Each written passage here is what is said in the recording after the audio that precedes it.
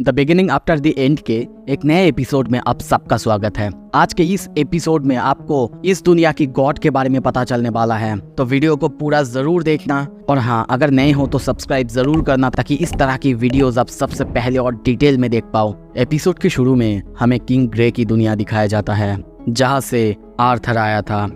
वहाँ पे कुछ लोग उनके सामने थे। वो कहता है, किंग ग्रे, हमारे कंट्री को स्टेबलाइज करने के लिए इसकी बहुत ज़रूरत है। उन्हें दिखाना उन लोगों को कि हमारी कंट्री, आपकी ये कंट्री, इसके लिए आप ज़रूर लड़ेंगे और आपको उसे मारना ही होगा। किलर किंग ग्रे, ताकि पूरे दुनिया को पता चले कि हमारा ये कंट्री, इससे पंगा लेना कितना खतरनाक हो सकता है। तभी सीन शिफ्ट होता है। हम सिल्वी को देखते हैं। वो कहती है, पापा पापा आप ठीक तो है ना? आर्थर सोचता है, क्या मेरे साथ ये क्या हो रहा था? वो सिल्वी को कहता है, हाँ सिल्वी मैं ठीक हूँ। और सोचता है, ये मेमोरी अभी क्यों आ रहा है? और तभी वो अपने पॉकेट से उसी लेटर को बाहर निकालता है और वो सब कुछ याद करता है। उस आदमी से मुलाकात और वेरियन का कहना, तुमको किसी भी तरह रेडी रहना ही होगा आर्थर। वो सोच रहा था, वो बुढ़ा आदमी, वो कितने दिनों से उनकी बात सुन रहा था, और क्या उसे वेरियन से भी ज़्यादा पता है?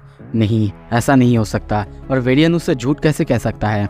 सीन शिफ्ट होता है। कुछ देर बाद हम देखते हैं वो वेस्ट गेट में पहुंच चुका है। वहाँ पे आते ही गेट कीपर उससे वेरिफिकेशन मांगता है। आर्थर को पहले समझ नहीं आता, पर वो बंदा कहता है, ये वेस्ट टेलीपोर्टेशन गेट है, इसमें से एलिनोर जाया जा सकता है और इसी वजह से वेरिफिकेशन तो चाहिए बच्चे। पर एलिनोर, आर्थर को ये समझ नहीं आ रहा है आखिर एलिनोर क्यों। और तभी वो एक सील निकाल के दिखाता है, जो देख के वो गेट कीपर वो पूरी तरह से चौंक जाता है। एक बच्चे के पास ऐसे रॉयल फैमिली के सील कैसे आ सकता है?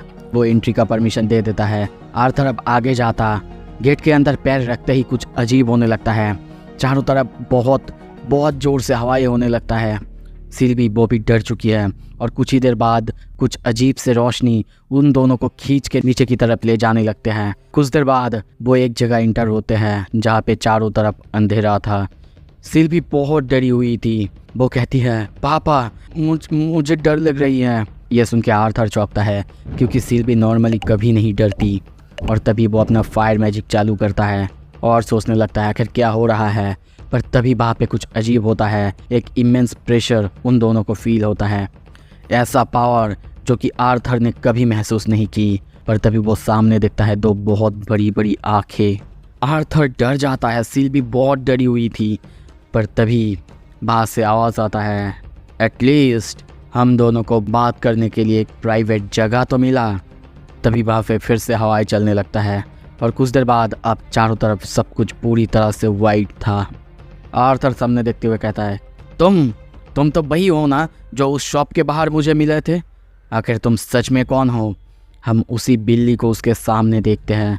और तभी वो बिल्ली वो फिर से आँख बंद करता है। वहाँ पे कुछ रोशनी फैलने लगता है और कुछ देर बाद हम एक ह्यूमन जैसे क्रीचर को देखते हैं, पर उसकी आँखें कुछ अजीब था। वो कहता है, मेरे दोस्त और बाकी सब मुझे विंडसॉम नाम से बुलाते हैं, और लेज़र्स जैसे कि तुम लोग मुझे डेटिस या फिर गॉड के नाम से जानते हो। सीन शिफ्ट होता है। दूसरी तरफ रात हो चुका है। हम सिंथिया और उसकी बॉन्ड को देखते हैं। वो जा रहे थे और तभी हमें पास्ट के सीन दिखाया जाता है, जहाँ पे काउंसिल में हम सभी को देखते हैं। सभी लेंस आलिया की मौत के बारे में बातें कर रहे हैं, और जिसने उसकी खबर दी है, यानी जिस स्टूडेंट ने उसकी खबर दी है, उस स्टूडेंट के बारे में बात कर रहे हैं। या फिर सिंथिया ने उसके बारे में बताया नहीं किसी को। कोई बहुत गुस्सा थे, तो फिर कोई इस बात को समझ ही नहीं पा रहा था कि क्या हो रहा है। और इसी बारे में जांच करने के लिए वो लोग एक कमेटी तैयार करने वाले हैं और उसमें सिंथिया को भी ज्वाइन करने के लिए कहते हैं। पर सिंथिया मना कर देती है और कहती है उसे कुछ और काम है। पर यह सुन के डॉर्फ के राजा वो चिल्लाता है, क्या इससे इम्पोर्टेंट और क्या? पर तभी क्वीन हामी भरते हुए कहती है, लेडी सिंथिया ने हमारी काफ़ी मदद की है। आई एम श्योर उनको बहुत ज़्यादा इम्पोर्टेंट काम होगा। सीन शिफ्ट होता है प्रेजेंट में। एवियर यानी वो बॉन्ड वो बताता है, क्या बात है, तुम इतने चिंता में क्यों हो? वो कहती है, बस सोच रही थी मैंने कुछ गलत तो नहीं किया ना, उन्हें सच ना बता के, उस लड़के के यानी आर्थर के बारे में ना बता के। एवियर कहता है, वो लड़का वो एक मिस्ट्री है और अगर काउंसिल उसके ऊपर शक करता तो ये और अच्छा नहीं होता। वो कहती है हाँ, मैं हम लोगों को लकी समझूंगा, उसने वहाँ पे नीचे कुछ नहीं देखा। पर तभी वो रुकती है, पीछे से हमला होता है, एक से ज़्यादा मेज एक साथ उस पर हमला करता है। पर सिंथिया अपनी मैजिक से सबको एक साथ धूल चटाने लगती है और कुछ ही देर बाद वहाँ पे सब कोई ढेर हो जाते हैं। वो एवियर को अब सबको ख़त्म करने के लिए कहती है और तभी एवियर अपना रूप बदल लेता है, बहुत ही खतरनाक, बिल्कुल सिल्वी जैसे एक ड्रैगन अवतार में। तभी वहीं पे गिरा हुआ एक बंदा कहता है मैंने तुम्हारे बारे में बहुत कुछ सुना था, लगता है यहाँ पे तुम्हारी ज़िंदगी बहुत अच्छी तरह से कट रही है। सिंथिया कहती है तुम्हारा कोर ज़्यादा देर नहीं टिकेगा, मुझे बता दो वो लोग क्या प्लान कर रहे हैं। पर वो बंदा हंसता है और कहता है तुम्हें लगता है मैं किसी ट्रेटर को कुछ भी बताऊंगा? वो धीरे धीरे अपनी ताकत रिगेन कर रहे हैं और इस कॉन्टिनेंट के चारों तरफ वो फैले हुए हैं। तुम्हें क्या लगता है अगर तुम लोग सोच रहे हो कि वो आने में बहुत दिन बाकी है? बिल्कुल नहीं। वो कुछ कहता उससे पहले ही वो वहीं पे मर जाता है। एवियर उसके पीठ के घाव के बारे में पूछता है और तभी सिंथिया कुछ निकालती है पोशन जैसा और अपने पीठ पे डालती है। और वहीं पे उसके पीठ पे भी हम वैसे ही सिंबल्स देखते हैं। इसका मतलब क्या सिंथिया भी उन सब से मिली हुई है? सीन शिफ्ट होता है, फिर से हम वहाँ पे यानी आर्थर को देखते हैं। विंडसम वो कहता है मुझे लगता है कि तुम्हारे लिए मेरा ये अपीयरेंस यही सही होगा। आर्थर सोच रहा है एक बीइंग जो कि एक वाइट कोर मेज से भी बहुत ज़्यादा ताकतवर है, एक भगवान, अपने आप को संभालो आर्थर, ये चौंकने का समय नहीं है। और तभी वो पूछता है तुम्हें मुझे ये आप बुलाने का मतलब आखिर क्या है? वेस्ट टेलीपोर्टेशन गेट और एलिनोर में क्या टेसिया और एल्डर वेरियन ठीक तो है ना? ये जानने से पहले मैं तुमसे कोई भी बात नहीं करूँगा। ये सुन के विंडसम कहता है ओह, अगर तुम्हें ये सच में इंश्योर करना है। और तभी वो अपना मैजिक अपीयर कराता है। वहीं पे हम एक ही साथ टेसिया और एल्डर वेरियन को देखते हैं। वो समझाता है वो दोनों अब बहुत अच्छे हैं, यहाँ तक कि टेसिया तो पहले से भी बहुत बहुत अच्छा है और इस सब कुछ की वजह वो पर्ल है। वो ये भी कहता है जो दूसरा पर्ल है यानी जो आर्थर के पास अभी है वो उसके लिए ही है। और अभी वो दोनों बात करना चालू करते हैं। वो नरेट करना चालू करता है। ओके गाइज, मैं चाहूँगा कि आप लोग अच्छे से ध्यान से सुनना, क्योंकि नहीं तो आप लोगों को कुछ समझ नहीं आएगा यहाँ से। और अब वो बताना चालू करता है तुम एक डिकाटेन कॉन्टिनेंट का सिटीजन हो और अब ये राज नहीं है तुम लोगों से कि तुम्हारे डिकाटेन के अलावा भी इस दुनिया में, इस प्लेनेट पे और एक कॉन्टिनेंट है जिसका कि नाम अल्क्रिया है। डिकाटेन और अल्क्रिया दोनों हमारे द्वारा गवर्न किया जाता है। हम जो कि इफियोथियस में रहते हैं और तुम लेज़र रेसेस, वो हम लोगों को भगवान की तरह देखते हैं, पर हम अपने आप को असुरस कहते हैं। आर्थर सोचता है क्या इफियोथियस और अल्क्रिया? और वो पूछता है रुको, इसका मतलब तुम लोग वही लोग हो जिन्होंने कि डिकाटेन के लोगों को मैजिक करना सिखाया?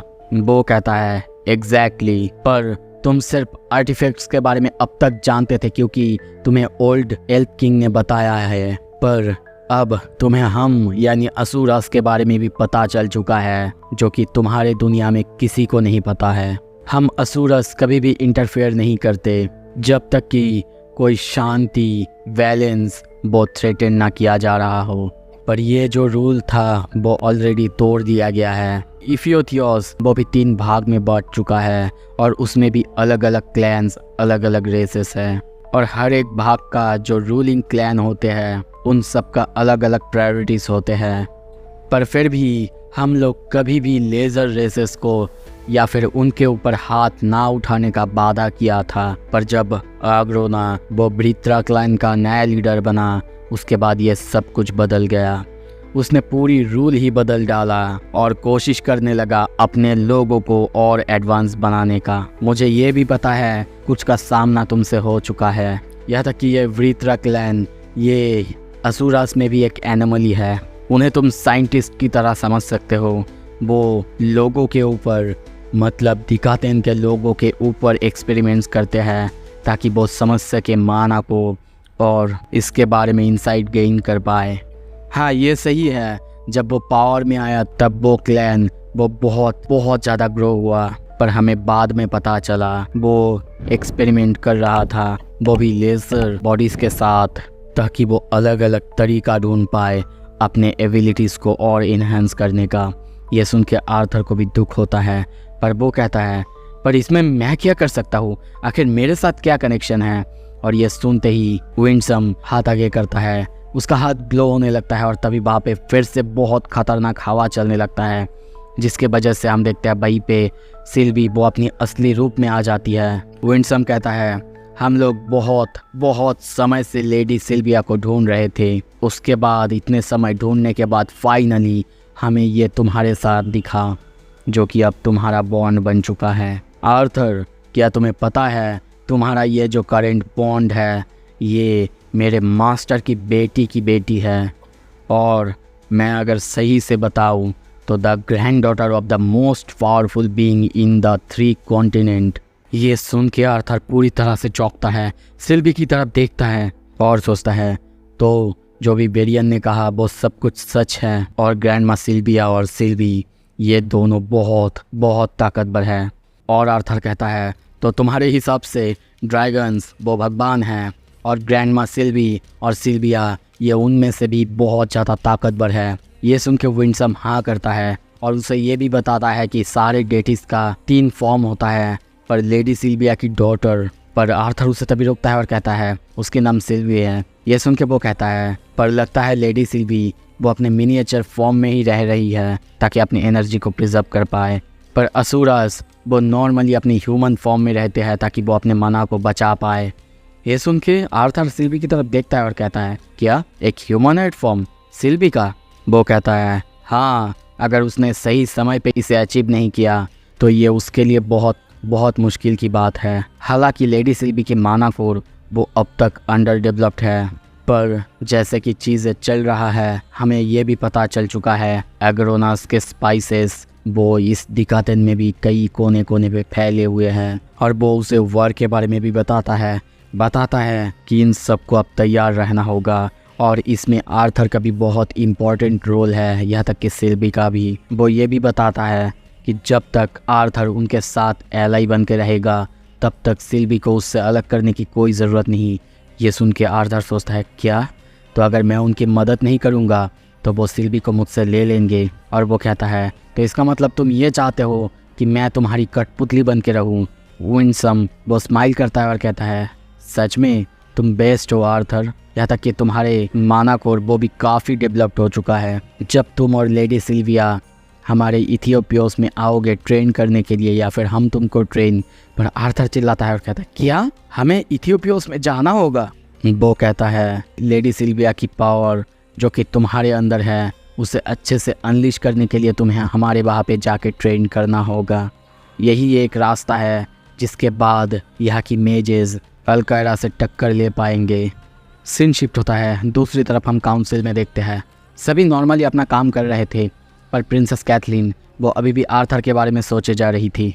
वो सबको देख रही थी कि कैसे सभी नॉर्मल काम कर रहे हैं, और उसका भाई प्रिंस कार्टिस वो नॉर्मल नहीं है क्योंकि उसने अब तक आने के बाद कोई भी बात नहीं किया था। वो लोग अपने मिशन के बारे में यानी मेंबर्स के बारे में बात कर रहे थे, किसने कितनों को देखा या फिर पकड़ा। वो लोग ऐसे बात कर ही रहे थे, पर तभी एल्जा आता है। वो कहने वाला था आर्थर के बारे में, पर तभी वहाँ पे जोरदार एक ब्लास्ट होता है जिससे सभी वहाँ पे खुद को संभाल के दौड़ने लगते हैं आगे की तरफ। अब प्रिंसेस कैथलीन वो अपने मॉम के बारे में सोच रही थी कि वो कितनी स्मार्ट, कितनी दयालु है, जिन्होंने कि सबको एक नज़र से देखना सिखाया है उसे, और तीनों रेसेस में शांति हो सके इसी वजह से महल जैसा कुछ को बनाया था जहाँ पे सारे ट्राई यूनियन हो सके। पर तभी उसी बिल्डिंग को हम जलते हुए देखते हैं, किसी ने इसके ऊपर हमला किया है। सभी अपने अपने पावर से कोशिश कर रहे थे उस आग को बुझाने की। वहाँ पे उस बिल्डिंग के अंदर जो भी स्टूडेंट्स थे उन सबको धीरे धीरे बाहर लाने की कोशिश कर रहे थे। अब सभी मिलके